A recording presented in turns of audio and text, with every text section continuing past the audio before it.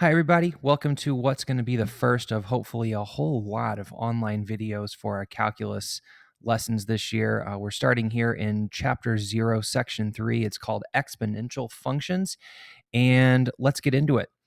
So what we're going to see in this section is a little bit on exponential growth. That's this video. A little on exponential decay. Another one on compound interest, and finally we'll finish up with the number e. So let's talk about exponential growth. Our big ideas in this video, just one, it's rules for exponent. That's going to be a review. And then our vocabulary, exponential function with base a, just one vocabulary phrase or term here. We're going to define the exponential function pretty well. So we begin with a bit of an exploration. Show the yearly growth of investing $100 at 5.5% annual percentage rate for 4 years. So here's what it looks like in table form. Let's start with this year, 2020. We're investing $100. There's no increase in right when we put the money into the account. But after 1 year, hey, look at that. We've made $5.50, and that's because we're taking our $100 and multiplying by 1.055. That's your interest rate. Why is the 1 there? Well, that's going to keep your $100 around. So here's where it gets interesting. And this is no longer linear growth, because in the second year, we're multiplying by 1.055 squared. Why squared? Well, you've got your 1.055 from the first year, from 2021, and then that whole amount, the 10550, is going to be compounded. It's going to have exponential growth. You multiply by a 1.055 again, and that means your increase in year 2 is no longer 550, it's more. It's $5.80. What happens in year 3? Oh, multiply by 1.055 again. So now we have that cubed, and we're looking at a total in the bank account of $117.42 for an increase of $6.12. And then follow that up with another year, the fourth year, 1.055 to the fourth. Now we're at 123.88 for an increase of $6.46. So what do we want to note here? Take a look at this. The amount, let's go back a slide here. The amount that we're going up here, 30 cents, 32 cents, and then 34 cents. So this is getting bigger and bigger and bigger each time around. So that's not linear growth, that's exponential growth. All right, so let's clear that screen. Let's get back to our mouse and move on to the next slide. It's an exploration, talking about exponential functions. So we're going to move over to Desmos, and we have some questions that we want to answer. So I'm looking at, for what values of x is it true that 2 to the x is less than 3 to the x is less than 5 to the x? These are going to be functions in the Desmos graph. When's it true that we have that same relationship with greater signs? When's it true that we're looking at all of those being equal? And how do your answers change? So let's click that, and we will change our focus over to the Desmos graph then. So you should be able to see Desmos now.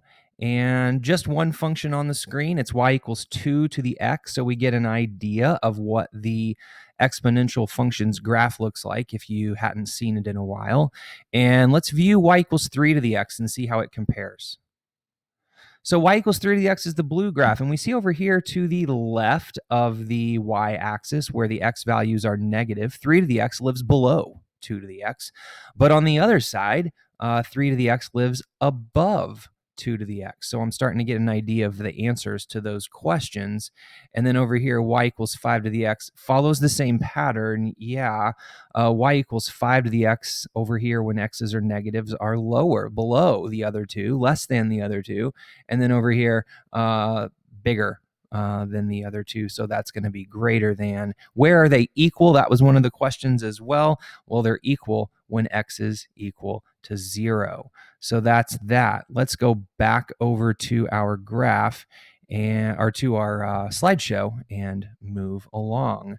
So definition, an exponential function. Let's check it out. Let a be a positive real number other than 1. Then the function f of x equals a to the x is the exponential function with base a. And the domain of the exponential function is negative infinity to infinity, while the range of the exponential function is 0 to infinity. And I want to pause there for just a second and explain what we mean by domain and range. If we recall to the Desmos graph that we were just looking at, this is kind of an idea of what that graph looked like. So remember, the domain is the set of all x values that go into the function, and every single x value has a y value associated with it. The range, of course, is the y values then. And so we don't actually have y equals 0. There's a horizontal asymptote there.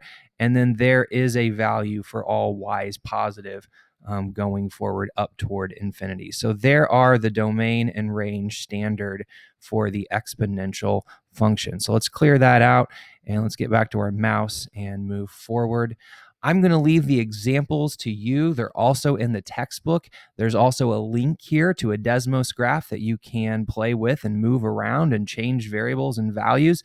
State the domain and range. Example 2, find the zeros. So where does this function cross the x-axis? We're going to leave that one to you as well. Check out your book on page 23 if you want to see the answer to that one. So that finishes up then with rules for exponents. Like I said at the very beginning, these are all going to be review. So hopefully this goes pretty quick. First of all, number 1, if A is positive, B is positive, the following hold true for X and Y. We're going to talk about what happens when we multiply like bases. So if we have A to the X times A to the Y, we should remember that we can keep that base and add the exponents. Number 2, what happens when we divide like bases? So kind of the same idea, except this time instead of A times A, we've got A over A. And we're going to remember that in this case, if we're dividing like bases, you subtract the exponents, top exponent minus the bottom one. Number 3, what happens when you raise a power to a power? So if we have A to the X and that is raised to the power of Y, we're going to recall that we can multiply those exponents together. Number 4, what happens if we're multiplying bases that are different, except that the exponents are the same? So we're going to change a base here to B, and then we're still going to have x's as our exponents. So in this case, this can actually be compacted together as the product of those two bases, all to the x power.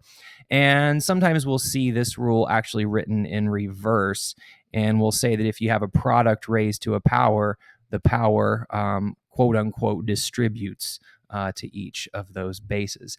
And then the same sort of idea with fractions on the 5th rule. If you have an A over a B, so different bases all raised to a power, well, it's the same kind of thing. That power distributes here and here to the base. So that's everything in the first video here. Just want to say that you want to answer the question that is below and move on, and we will see you next time around. All right.